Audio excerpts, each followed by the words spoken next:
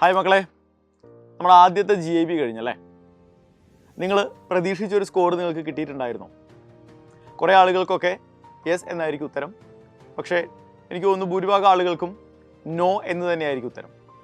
നിങ്ങൾ പ്രതീക്ഷിച്ചൊരു സ്കോർ കിട്ടാതെ സങ്കടപ്പെട്ടിരിക്കുകയാണ് നിങ്ങൾ ഭൂരിഭാഗം ആളുകളും എന്ന് എനിക്ക് നന്നായിട്ട് അറിയാം.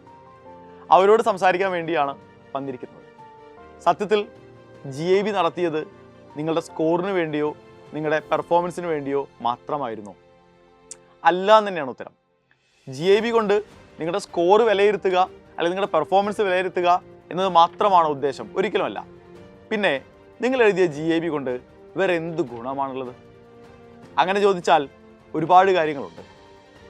ഒരു GIB എന്ന് പറയുന്നത് യഥാർത്ഥ JEE മെയിനിന് പോകുന്നതിന് മുമ്പ് നിങ്ങൾ എഴുതുന്ന മോക്ക് എക്സാം ആണ്. അപ്പോൾ JEE മെയിനിൻ്റെ എക്സാം ഹാളിൽ നിങ്ങൾ നേരിടാൻ പോകുന്ന എല്ലാ പ്രശ്നങ്ങളെയും എല്ലാ പ്രതിസന്ധികളെയും നിങ്ങൾ കഴിഞ്ഞ GIBയുടെ എക്സാം ഹാളിലും നേരിട്ടിട്ടുണ്ട് എന്ന് എനിക്ക് നന്നായിട്ടറിയാം.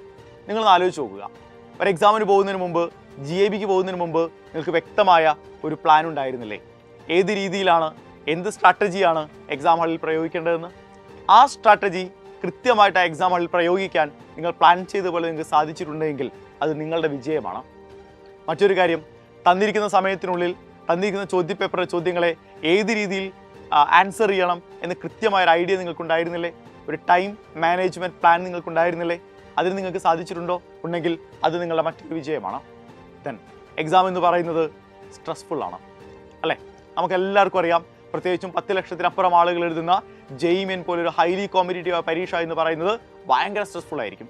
അപ്പോൾ അത്തരമൊരു എക്സാം ഹാളിൽ നിങ്ങൾ അനുഭവിക്കാൻ സാധ്യതയുള്ള സ്ട്രെസ്സിനെ മാനേജ് ചെയ്യാൻ, ഡീൽ ചെയ്യാൻ നിങ്ങൾക്ക് സാധിച്ചിട്ടുണ്ടോ? അത് നിങ്ങളുടെ മറ്റൊരു വിജയമായി നിങ്ങൾ അംഗീകരിക്കുക തന്നെ വേണം. മറ്റൊരു പ്രധാനപ്പെട്ട കാര്യം കൂടിയുണ്ട്. ഓരോ ചോദ്യം ആൻസർ ചെയ്ത് കഴിയുമ്പോഴും ആ ആൻസർ ശരിയായിരുന്നോ എന്ന് വിലയിരുത്താൻ, റിവ്യൂ ചെയ്യാനുള്ള ഒരു സമയം നിങ്ങൾക്ക് എക്സാം ഹാളിൽ കിട്ടിയിട്ടുണ്ടായിരുന്നോ? എങ്കിൽ നിങ്ങളുടെ മറ്റൊരു വിജയമായി നിങ്ങൾ അതിനെ കാണണം. അപ്പോൾ നിങ്ങൾക്ക് ലഭിച്ച സ്കോറിനപ്പുറം, നിങ്ങളുടെ പെർഫോമൻസിനപ്പുറം ഞാൻ പറഞ്ഞ ആ 4 കാര്യങ്ങൾ നിങ്ങളെ കൊണ്ട് സാധിച്ചിട്ടുണ്ടെങ്കിൽ നിങ്ങൾ കഴിഞ്ഞ GIBയിൽ വിജയിച്ചിരിക്കുന്നു എന്ന് വേണം മനസ്സിലാക്കാൻ.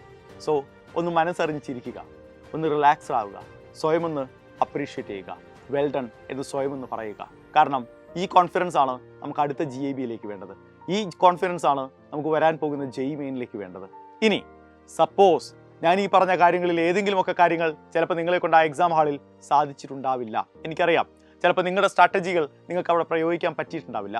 ടൈം മാനേജ്മെൻറ്റ് നിങ്ങളെ സംബന്ധിച്ചിടത്തോളം വലിയ പ്രശ്നമായി തോന്നിയിട്ടുണ്ടാവാം. അല്ലെങ്കിൽ സ്ട്രെസ്ഫുൾ ആയിട്ടുള്ള അറ്റ്മോസ്ഫിയറിനെ ഡീൽ ചെയ്യാൻ, മാനേജ് ചെയ്യാൻ നിങ്ങൾക്ക് പറ്റിയിട്ടുണ്ടാവില്ല.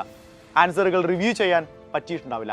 അത്തരമൊരാളാണ് നിങ്ങളെങ്കിൽ എവിടെയാണ് നിങ്ങൾക്ക് പിഴച്ചു പോയതെന്നും ഞാൻ ഈ പറഞ്ഞ പോയിന്റുകളിൽ എവിടേക്കാണ് നിങ്ങൾ പരാജയപ്പെട്ടു പോയതെന്നും നിങ്ങൾ ലിസ്റ്റ് ഔട്ട് ചെയ്യണം. ആ ലിസ്റ്റിൽ നിന്ന് നമുക്ക് ഇനിയുമുണ്ട് അടുത്ത GIBയിലേക്ക് 1 മാസത്തെ ദൂരം. ആ 1 മാസം കൊണ്ട് നമ്മൾ പുതിയൊരു പ്ലാൻ ഉണ്ടാക്കുന്നു. ഏത് രീതിയിലാണ് നമ്മൾ നേരിട്ട പ്രശ്നങ്ങളെ നമ്മൾ പരിഹരിക്കാൻ പോകുന്നത്? ഏത് രീതിയിലാണ് നമ്മൾ നേരിട്ട പ്രതിസന്ധികളെ നമ്മൾ സോൾവ് ചെയ്യാൻ പോകുന്നത്? വീണ്ടും നമ്മളൊരു പ്ലാൻ ഉണ്ടാക്കുന്നു. ആ പ്ലാൻ അനുസരിച്ച് നമ്മൾ മുന്നോട്ട് പോകുന്നു. കാരണം ഇപ്പം നിങ്ങൾ കഴിഞ്ഞ GIB നിങ്ങൾ നേരിട്ട എല്ലാ പ്രതിസന്ധികളും യഥാർത്ഥ JEE മെയിൻ എക്സാം ഹാളിലും നിങ്ങൾ നേരിടാൻ പോകുന്നുണ്ട് എന്ന് നമ്മൾ തിരിച്ചറിയണം.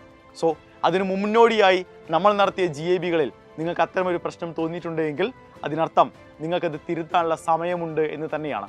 അങ്ങനെ തിരുത്തി ഓരോ GIB കഴിയുമ്പോഴും നമ്മൾ കൂടുതൽ ഇമ്പ്രൂവ്ഡ് ആകും, കൂടുതൽ കോൺഫിഡൻ്റ് ആകും. മക്കളെ, ഒരു നെഗറ്റീവ് തോട്ട് നമ്മുടെ ഉള്ളിലേക്ക് വീണാൽ നെഗറ്റീവുകൾ ഉണ്ടാക്കാൻ വളരെ എളുപ്പമാണ്. നെഗറ്റീവ് തോട്ടുകൾ ഉണ്ടാകാൻ വളരെ എളുപ്പമാണ്. And negative thoughts are the cancer to motivation എന്നാണ് പറയുക നമ്മൾ. അതുകൊണ്ട് തന്നെ കഴിഞ്ഞ GIBയിലെ നിങ്ങളുടെ സ്കോർ ഒരിക്കലും നിങ്ങളുടെ കോൺഫിഡൻസിനെ തകർക്കാൻ പാടില്ല.